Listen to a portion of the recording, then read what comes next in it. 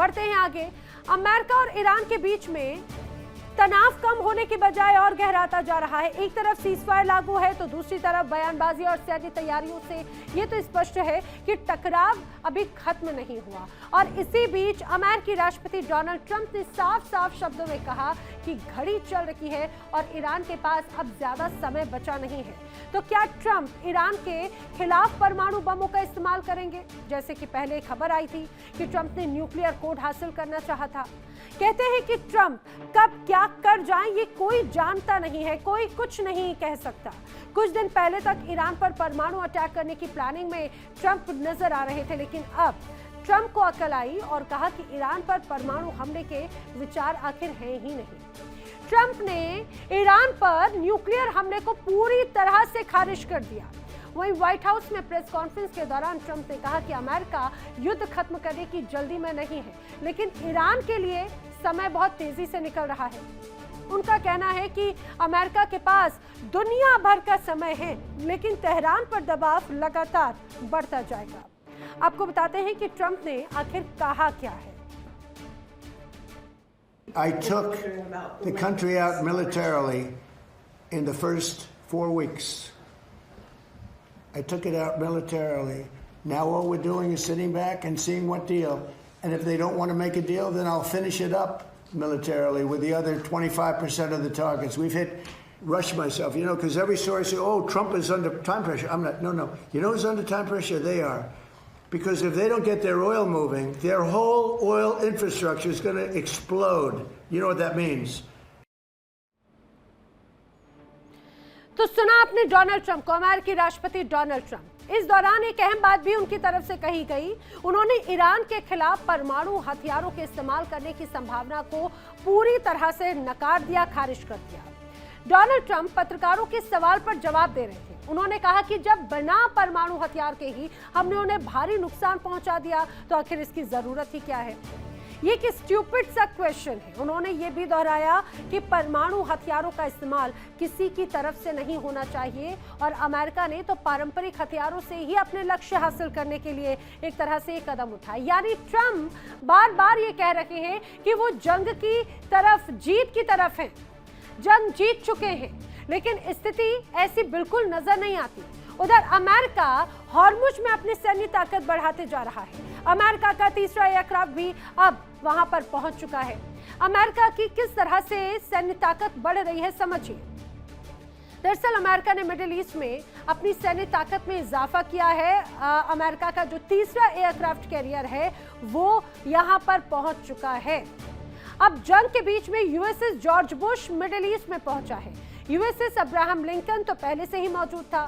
सिर्फ USS Abraham Lincoln ही नहीं बल्कि यूएसएस जेराल्ड आर फोर्ड भी मिडिल ईस्ट में तैनात है। और ये जो तीनों कैरियर्स हैं उनकी मौजूदगी का मतलब ईरान पर दबाव बनाना। अमेरिका हर स्थिति के लिए तैयार रहना चाहता है। आइए आपको समझाते हैं मैप के जरिए कि आखिर कौन सा एयरक्राफ्ट कैरियर कहां पर तैनात है और उसके मायने आखिर क्या नजर आते हैं। आपको मैप दिखाती हूँ। दरअसल ये है वो मैप, समझिए। ये है पूरा एक तरह से मिडिल ईस्ट का वो हिस्सा, अरब सागर का हिस्सा और रेड सी का हिस्सा, भूमध्य सागर, और ये पूरा जो एक स्थिति है। अब आप समझिए ये जो रेड सी, पहले इधर की तरफ देखते हैं, ये जो रेड सी का हिस्सा है, इस रेड सी के पास में जहां पर एक तरफ सऊदी अरब है तो दूसरी तरफ मिस्र का ये पूरा इलाका, अफ्रीका का ये पूरा हिस्सा रेड सी, और यहाँ पर तैनाती है यूएसएस जेराल्ड आर फोर्ड की। यहाँ पर ये तैनाती कई मायनों में महत्वपूर्ण है। आइए अब आगे की तरफ बढ़ते हैं। अब मैं आपको बताती हूँ कि किस रूप में ये अगला हिस्सा है, अरब सागर का हिस्सा।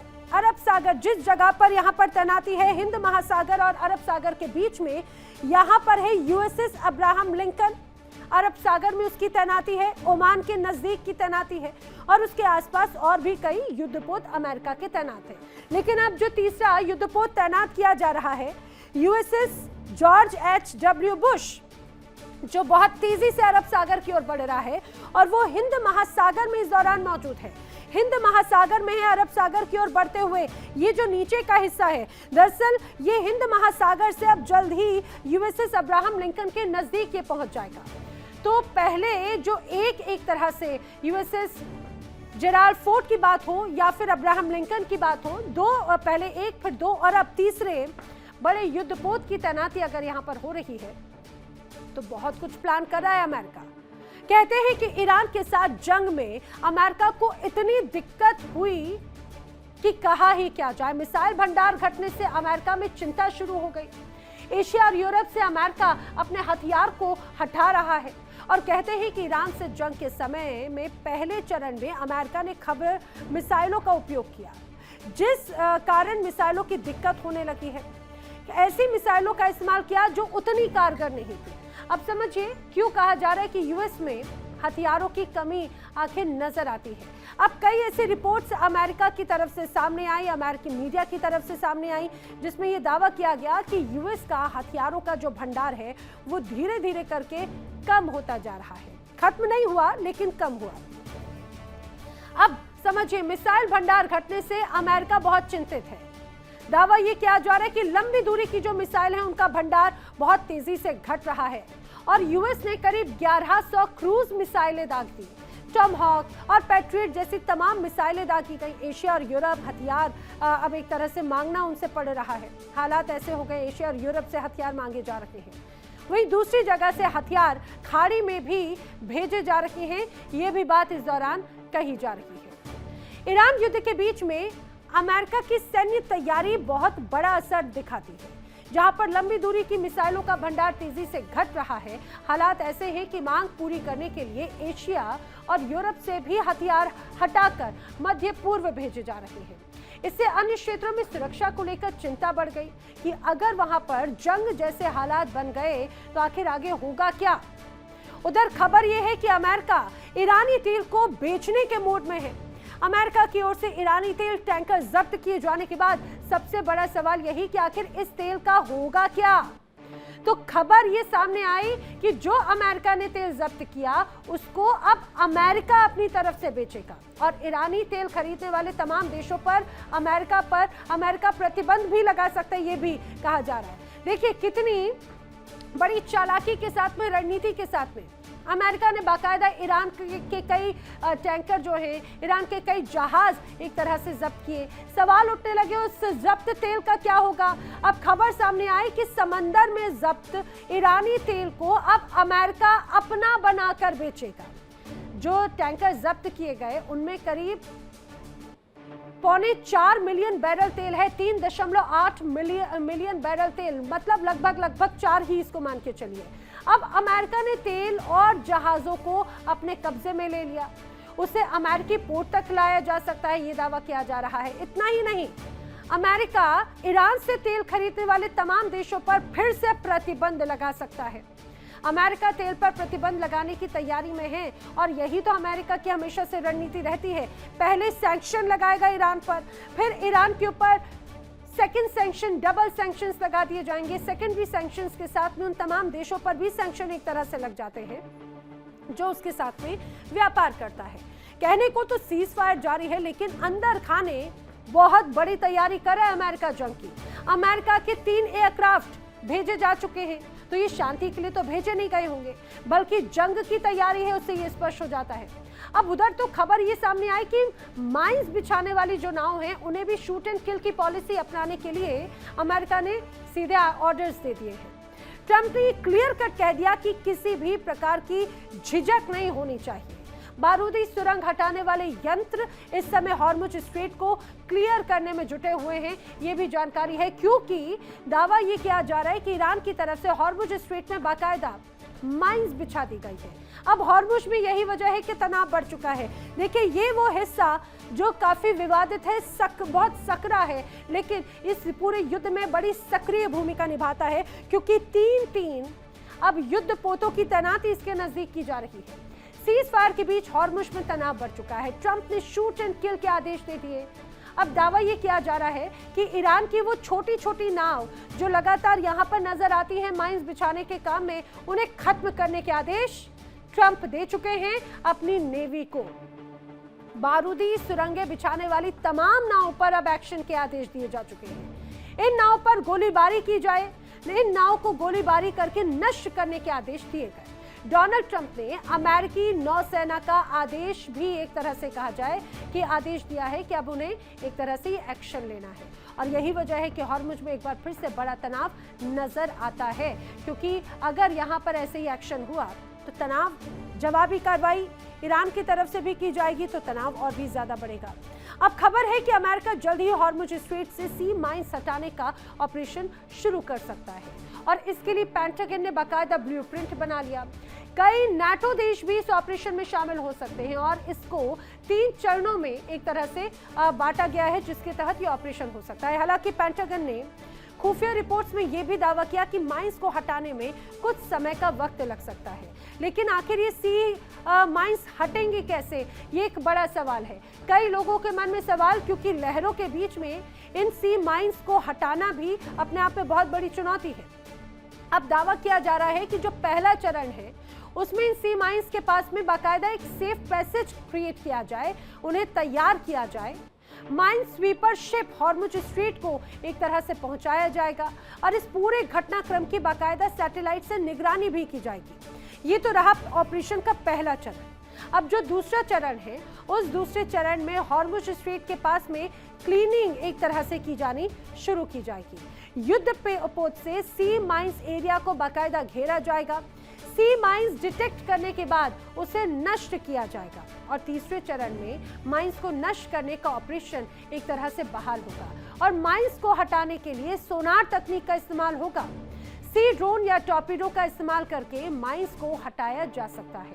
तो ये 3 अलग अलग चरण हैं माइंस को हटाने के लिए। ईरान ने ओमान के मसन द्वीप से लेकर लारक द्वीप तक, फिर से हॉर्मुज द्वीप और आगे बंदर अब्बास पोर्ट तक सी माइंस लगाई हुई है, ऐसा दावा किया जा रहा है। यानी कि हॉर्मुज को पूरा सी माइंस से एक तरह से ईरान ने पाट दिया है, भर दिया है।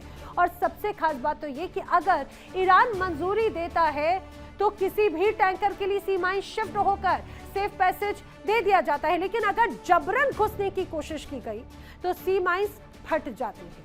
साथ ही टैंकर का पीछा करके भी उसे ध्वस्त कर दिया जाता है। इसके लिए ईरान की सी ड्रोन और सर्विलांस ड्रोन लगातार निगरानी कर रही हैं। ये भी तमाम दावे किए जा रहे हैं। एक तरफ सीजफायर की बात, दूसरी तरफ सीजफायर के बीच में ईरान के 7 शहरों में जोरदार धमाके हुए। ईरान का आरोप है कि इस धमाके के बीच में कोई और नहीं बल्कि अमेरिका है। अमेरिका ने ही ड्रोन की मदद से हमलों को अंजाम दिया और हाल ही में ईरान के आसमान में संदिग्ध ड्रोन भी देखे गए। आइए आपको ग्राफिक्स के जरिए मैं बताती हूँ कि सीजफायर के बीच में फायर होने का आखिर ये गेम चल कैसे रहा है। दरअसल बताया जा रहा है कि बाहर तो सीजफायर तस्वीर नजर आ रही है, लेकिन अंदर फुल फायर है, क्योंकि जिस रूप में धमाके हुए, धमाकों से ईरान के कई शहर दहल गए। सीजफायर के बीच में ईरान के 1 या 2 नहीं 7 शहरों में बड़े धमाके हुए, बड़े विस्फोट हुए। अब ईरान का आरोप है कि अमेरिका ने युद्ध विराम का उल्लंघन किया।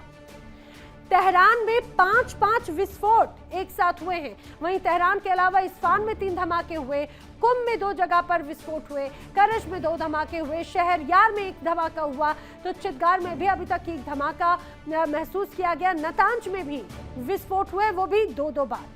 और इन धमाकों से ईरान के कई शहर दहल उठे हैं।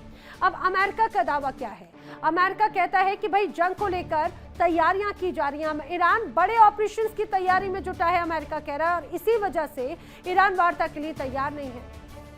उधर ईरान हॉर्मुज और बंदर अब्बास में स्पेशल कमांड सेंटर तैयार कर चुका है, जहां से हॉर्मुज में हर गतिविधि पर नजर रखी जा रही है। यहां तक कि आगे ओमान की खाड़ी तक ईरान ड्रोन एक तरह से पहुंच रहे हैं निगरानी करने के लिए, जहां पर अमेरिका की नाकेबंदी की तस्वीरें भी ईरान के पास बखूबी पहुंच रही है। आज जो ईरान के 7 शहरों में धमाके हुए, उसका बदला ईरान ने सेप्टॉज हमले करके एक तरह से लिया है, क्योंकि धमाकों के कुछ वक्त बाद ही यूएसएस जमवाल्ट में आग लगने की खबर है। जमवाल्ट मिसिसिपी के पासगागोला शिपयार्ड में था, जबकि इससे पहले यूएसएस फोर्ड में भी एक तरह से आग लग गई। यूएसएस जमवाल्ट और यूएसएस फोर्ड जैसे जहाजों के इलेक्ट्रिकल सिस्टम को किसी मॉलवेयर या फिर साइबर हमले के जरिए निशाना बनाए जाने की आशंका, इसीलिए एक तरह से इसे सबोटाइज कहा जा रहा है। यानी जंग में अब साइबर हमले की भी एंट्री हो चुकी है और इसके जरिए शॉर्ट सर्किट या ओवर हीटिंग के कारण आग लगने की बात बताई जा रही है। इससे पहले ईरान साइबर हमले की धमकी तो पहले ही दे चुका है। यानी सीज फायर के बीच अब सैबोटेज हमलों का दौर भी शुरू हो चुका है। अगर ऐसा हुआ तो अमेरिका बड़े संकट में फंस गया है और जिसके केंद्र में एक तरह से हॉर्मुज है। अब इसी बीच एक बड़ी खबर यह भी सामने आई कि अमेरिकी राष्ट्रपति डोनाल्ड ट्रंप के पास में जंग जारी रखने के लिए मात्र 7 दिनों का वक्त है, मात्र 7। अमेरिकी संविधान के अनुसार किसी भी युद्ध को 60 दिनों में संसद की मंजूरी लेनी ही पड़ती है और यहां पर भी डोनाल्ड ट्रंप ने एक तरह से जब खेल किया, युद्ध 28 फरवरी को छेड़ा, संसद को 2 मार्च को सूचित किया और अब 1 मई से पहले उन्हें संसद से युद्ध की मंजूरी लेनी ही होगी। कई रिपोर्ट्स तो ये भी दावा करती हैं कि ट्रंप संसद का सामना दरअसल करना ही नहीं चाहते। 100 सदस्यों वाली सीनेट में ट्रंप के 53 सांसद हैं, जबकि विपक्ष कमला हैरिस की डेमोक्रेटिक पार्टी के पास में है 47। ट्रंप के पास में 7 दिनों का समय है। जंग के लिए ट्रंप को अब परमिशन लेनी होगी, 7 दिन से पहले यूएस को खत्म करना होगा। 1 मई से पहले युद्ध के लिए संसद की मंजूरी बहुत ज्यादा जरूरी है। 28 फरवरी को ईरान के साथ में जो युद्ध शुरू हुआ, अब उसके बाद में उसकी जानकारी लेट दी गई तो उसकी मियाद एक तरह से परमिशन की 1 मई एक तरह से पूरी करता है। 100 सदस्यों वाली सीनेट में ट्रंप के 53 सांसद और विपक्षी डेमोक्रेटिक की पार्टी के 47 सांसद हैं। ट्रंप की पार्टी के 10 सांसद युद्ध के खिलाफ हैं, यह भी दावा किया जाता है। ट्रंप युद्ध को संसद में लेकर नहीं जाना चाहते और यही वजह है कि वो सामना नहीं करना चाहते। 1 मई से पहले या तो जंग खत्म करना चाहते हैं डोनाल्ड ट्रंप या फिर उन्हें जवाब देना होगा, परमिशन लेनी होगी। यानी अमेरिकी संविधान के अनुसार जंग के लिए संसद की मंजूरी बहुत ज्यादा जरूरी होती है, जिसकी मंजूरी अभी तक डोनाल्ड ट्रंप ने ली नहीं। अब ये जो संसद का नियम है अमेरिकी संसद का, उसके तहत 60 दिनों के अंदर एक विकल्प और है। राष्ट्रपति एक बार के लिए 30 दिन का अतिरिक्त समय ले सकते हैं, लेकिन ये सिर्फ सैनिकों की सुरक्षित वापसी के लिए होता है, ना कि युद्ध को कंटिन्यू रखने के लिए। अब ऐसे में ट्रंप 7 दिनों में क्या करेंगे कि जंग खत्म हो जाए? आखिर ऐसा क्या कहा जाएगा? अब आप समझिए कि आखिर डोनाल्ड ट्रंप ने ईरान के साथ इस युद्ध में कैसे एक बड़ा खेला किया, कैसे नियमों की अनदेखी एक तरह से अभी तक की और आगे भी वही रणनीति है। ट्रंप समय सीमा को नजरअंदाज कर सकते हैं, यह भी दावा किया जा रहा है। ट्रंप खुद को दरअसल हमेशा से ही सर्वा मानते हैं। डोनाल्ड ट्रंप को लगता है कि मैं ही हूं जो भी हूं, कानून से ऊपर खुद को हमेशा वो मानते हैं। याद कीजिए 2011 में ओबामा ने भी दरअसल लीबिया में कुछ ऐसा ही किया था। 60 दिनों से ज्यादा सैन्य कार्रवाई जारी उनकी तरफ से रखी गई थी और डोनाल्ड ट्रंप तो नियमों की अनदेखी के लिए ही एक तरह से जाने जाते हैं। वो नियमों को कभी मानते ही नहीं, तो इस बार वो मान ले, इसमें इसके लिए बहुत हैरानी है। जंग में फिलहाल अनिश्चितकालीन सीज फायर है। ईरान और अमेरिका में अभी तक कोई डील हुई ही नहीं। ईरान और अमेरिका में एक बार फिर से जंग हो सकती है, हालात फिर से वही बनते हुए नजर आ रहे हैं, ऐसी संभावना जताई जा रही है। और अगर इस बार डोनाल्ड ट्रंप 60 दिनों की समय सीमा को नजरअंदाज करते हैं तो ये रिपब्लिकन पार्टी के लिए एक राजनीतिक रूप से मुश्किल हालात पैदा कर सकता है और इसीलिए अब ये देखना होगा कि ट्रंप आखिर करते क्या है। 7 दिनों के अंदर डील करते हैं या फिर जंग को वो और भी ज्यादा एक्सटेंड करते हैं। देखिए इंडिया डेली 24/7 अब आपके स्मार्ट टीवी पर। इंडिया डेली मौजूद है सभी डिजिटल प्लेटफॉर्म पर लाइव और लगातार। इंडिया डेली 24/7 हर दिन राष्ट्र को समर्पित।